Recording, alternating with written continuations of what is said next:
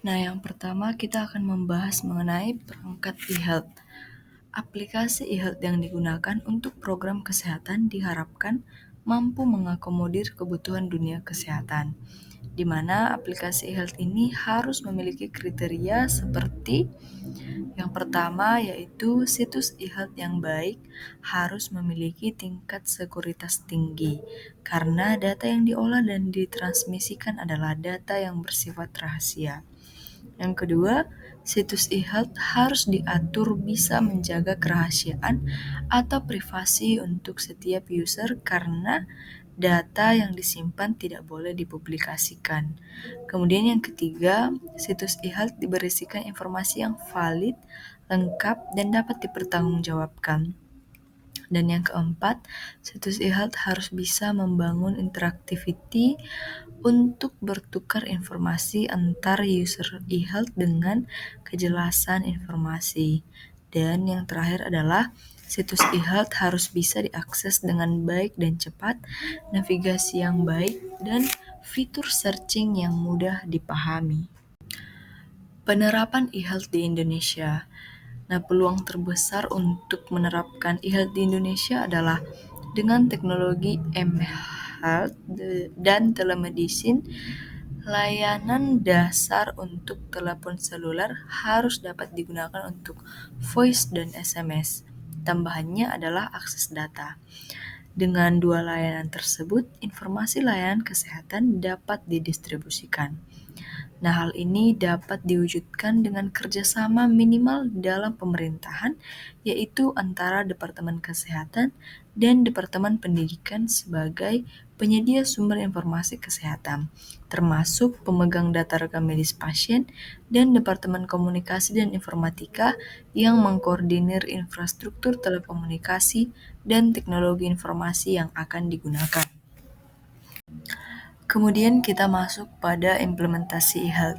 Nah, yang pertama kita akan membahas mengenai implementasi e-health model HotFit.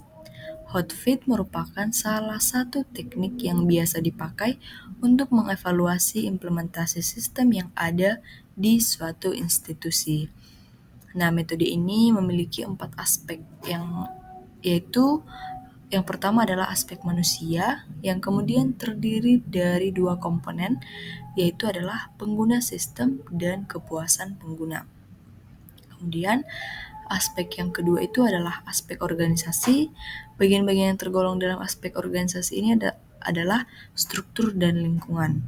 Yang ketiga adalah aspek teknologi, yaitu ada 3 komponen dalam aspek teknologi ini, yaitu seperti kualitas sistem, kualitas informasi, dan kualitas layanan. Dan keempat adalah aspek manfaat. Nah, manfaat dalam konteks ini adalah kesepadanan hasil negatif dan meyakinkan dari penggunaan sistem informasi. Selanjutnya adalah implementasi e-health model Van Meter dan Van Horn. Implementasi adalah aktivitas yang dilakukan sesuai rencana untuk mencapai tujuan ditetapkan, yang menurut telaah teori implementasi kebijakan dari Van Meter dan Van Horn pada tahun 1975, ada 6 faktor yang mempengaruhi implementasi program, yaitu sikap pelaksana, karakteristik agen pelaksana, lingkungan, sumber daya, ukuran dan tujuan, serta komunikasi antar anggota organisasi pelaksana. Kemudian yang selanjutnya adalah implementasi e-health model Technology Acceptance Model atau TAM, di mana metode ini digunakan untuk memprediksi penggunaan dan penerimaan suatu sistem informasi dan teknologi oleh pengguna individu yang akan berpengaruh pada kesuksesan maupun kegagalan dari penerapan sistem informasi yang baru. Nah, 2 faktor utama dari teknologi acceptance model ini adalah persepsi kegunaan dan persepsi kemudahan. Dan yang terakhir adalah implementasi e-health model Unified Theory of Acceptance and Use of Technology atau UTAUT, suatu kerangka kerja yang umumnya digunakan peneliti untuk menjelaskan bagaimana perilaku pengguna terhadap teknologi informasi.